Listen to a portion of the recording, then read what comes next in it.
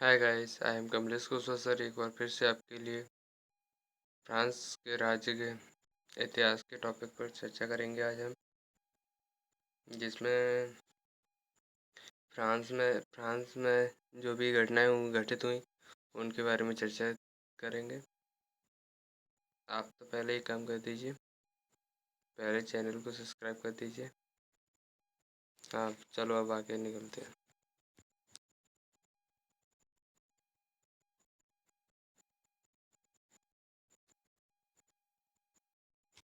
France की राज्य क्रांति से जुड़े रोचक तथ्य और जानकारी इस पर चर्चा करेंगे। फ्रांस फ्रांसीसी क्रांति फ्रांस के इतिहास के राजनीतिक और सामाजिक उथल-पुथल और आमूल परिवर्तन की अवधि थी, जिसके दौरान फ्रांस की सरकारी संरचना, जो पहले कुलीन और कैथोलिक पादरियों के लिए सामंती विशेषाधिकारों के साथ पूर्णतः राजशाही पद्धति पर आधारित थी, अब उसमें आमूल परिवर्तन हुए। यह नागरिकता अवच्छेद अधिकारों का प्रबोधन सिद्धांतों पर आधारित हो गई। इस परिवर्तनों के साथ ही हिंसक उथल-पुथल हुई, जिसमें राजाओं का परीक्षण और निष्पादन, आतंक के युग में विशाल रक्तपात और दमन शामिल था। इसमें आपने जो भी सुना, फ्रांसीसी क्रांति फ्रांस के इतिहास में राजनीतिक और सामाजिक उथल-पुथल और आमूल परिवर्तन की अवधि थी, और जिसके दौरान फ्रांस की सरकारी संरचना फ्रांस फ्रांस की सरकारी संरचना थी, जो पहले कुलीन और कैथोलिक पादरियों की सामंती विशेषाधिकार के साथ पूर्णतः राजशाही पद्धति पर आधारित थी।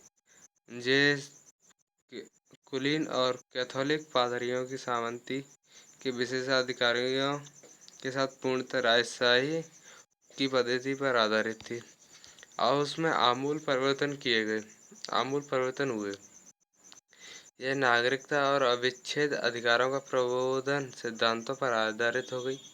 यह नागरिकता और अविच्छेद अधिकारों के प्रबोधन सिद्धांतों पर आधारित हो गई। इस परिवर्तनों के साथ ही हिंसक उथल-पुथल हुई, जिसमें राजा का परीक्षण और निष्पादन, आतंक के युग में विशाल रक्तपात और दमन शामिल था। फर्स्ट पॉइंट, फ्रांस की राज्य क्रांति 1789 ईस्वी में लुई 16वां के शासनकाल में हुई। फ्रांस की राज्य क्रांति हुई थी जो 1789 ईस्वी लुई 16वां के शासनकाल में हुई।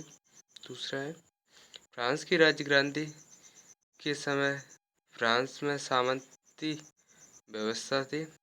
फ्रांस की राज्य क्रांति हुई थी जिसमें फ्रांस में सामंती व्यवस्था थी। थर्ड पॉइंट है, 14 जुलाई 1789 ईस्वी को क्रांतिकारियों ने बास्तिल के कारागृह फाटक तोड़कर बंदियों को मुक्त कर दिया, जब से 14 जुलाई को फ्रांस के राष्ट्रीय दिवस के रूप में मनाया जाता है। 14 जुलाई 1789 को क्रांतिकारियों ने बास्तिल के कारागृह के फाटक को तोड़ दिया था और बंदियों को मुक्त कर दिया था। तब से 17 जुलाई को फ्रांस में राष्ट्रीय दिवस के रूप में मनाया जाता है। 14 जुलाई को राष्ट्रीय दिवस के रूप में मनाया जाता है। नेक्स्ट पॉइंट है, समानता, स्वतंत्रता और भाईचारे का नारा फ्रांस की राज्य क्रांति की देन है। समानता, स्वतंत्रता, धर्म और भाईचारे का नारा फ्रांस संस्कृति की देन है। नेक्स्ट पॉइंट, मैं ही राज्य हूँ और मेरे ही शब्द कानून, यह कथन लुई 14वां का है। मैं ही राज्य हूँ और मेरे ही शब्द कानून है, यह कथन लुई 14वां ने कहा था। नेक्स्ट पॉइंट, वर्साई के शीश महल का निर्माण लुई 14वां ने करवाया था। वर्साई का जो शीश महल था उसका निर्माण लुई 14वां ने करवाया था। लुई 14वां ने वर्साई के फ्रांस की राजधानी घोषित किया था। लुई 14वां ने वर्साई को फ्रांस की राजधानी भी घोषित किया था। लुई चौदहवां ने फ्रांस की गद्दी पर 1774 में ईस्वी में बैठा था। लुई सोलहवां जो व्यक्ति था वो फ्रांस की गद्दी पर 1774 ईस्वी में बैठा था। लुई सोलहवां की पत्नी मेरी एंतोनेटा ऑस्ट्रिया की राजकुमारी थी। लुई सोलहवां की जो पत्नी थी मैरी एंतोनेटा ऑस्ट्रिया की राजकुमारी थी। लुई सोलहवां के देशद्रोह के अपराध फांसी की लुई सोलहवां को देशद्रोह के अपराध में फांसी की गई। नेक्स्ट पॉइंट है टैली एक प्रकार का भूमिका था।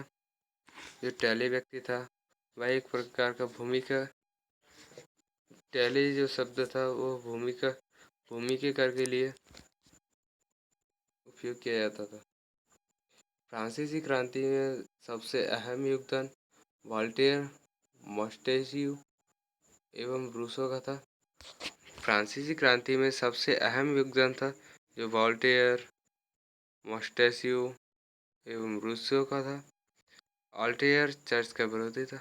ऑल्टेयर जो व्यक्ति था वो चर्च का विरोधी था। रूसो फ्रांस में लोकतंत्र शासन पद्धति का समर्थक था। जो रूसो था वह फ्रांस में लोकतंत्र शासन पद्धति का समर्थक था। नेक्स्ट पॉइंट 100 चूहों की अपेक्षा एक सिंह का शासन उत्तम है, यह कथन वॉल्टेयर के थे। 100 चूहों की अपेक्षा एक सिंह का शासन उत्तम है, 100 यह कथन भी वॉल्टेयर ने दिया था। नेक्स्ट पॉइंट है सोशल कॉन्ट्रैक्ट रूसो की रचना है। सोशल कॉन्ट्रैक्ट रूसो की रचना है। Next point letters on English Voltaire की रचना लेटर्स ऑन इंग्लिश वॉल्टेयर की रचना है। कानून की आत्मा की रचना मोंटेस्क्यू ने की है। कानून की आत्मा की रचना मोंटेस्क्यू ने की है। स्टेटस जनरल के अधिवेशन की शुरुआत 5 मई 1789 को हुई। स्टेटस जनरल के अधिवेशन की शुरुआत 5 मई 1789 को हुई। मापतौल की दशमलव प्रणाली फ्रांस की देन है। मापतौल में दशमलव प्रणाली जो की गई वो फ्रांस की ही देन है। सांस्कृतिक राष्ट्रीयता का जनक हर्डर को कहा जाता है। जो सांस्कृतिक राष्ट्रीयता का जनक हर्डर को माना जाता है। एंड नेपोलियन का जन्म 15 अगस्त 1769 में हुआ था।